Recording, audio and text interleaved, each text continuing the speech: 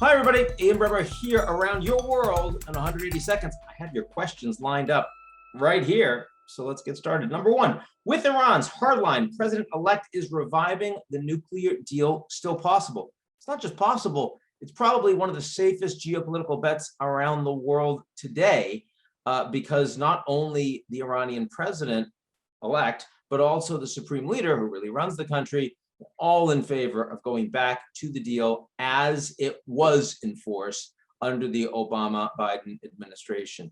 They will make more money off of that.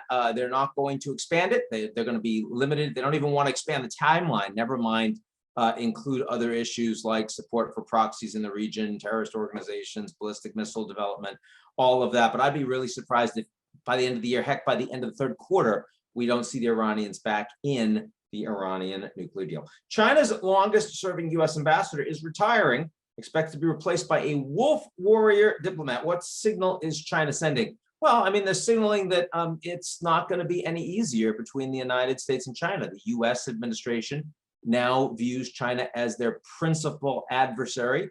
The rhetoric for both the Biden administration and Republicans has been getting sharper, and the Chinese intend to give back. They're more assertive themselves, more nationalistic, and there's more flag waving going on. So I'm not all that surprised.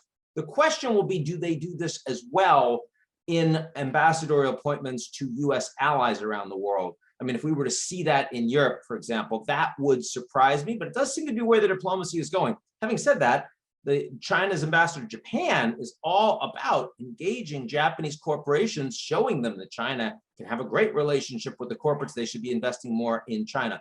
I would think that it would be China's interest to do more of that outside the United States. But again, the diplomacy doesn't seem to be moving in that direction. Amid rising conflict in the Tigray region, will Nobel Peace Prize winner and current Prime Minister Abiy Ahmed win re-election in Ethiopia? Well, sure he will.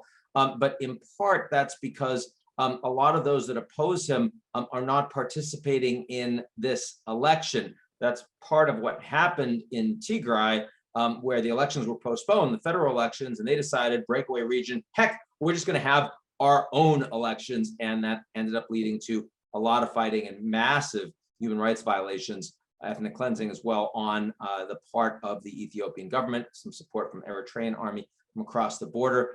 Even some of the majority Oromo not participating in these elections because they don't like the fact that Abiy Ahmed is moving away from an ethno-administrative federalist model towards sort of post-ethnic parties. And so they say, well, what about us? You know, what about your own people?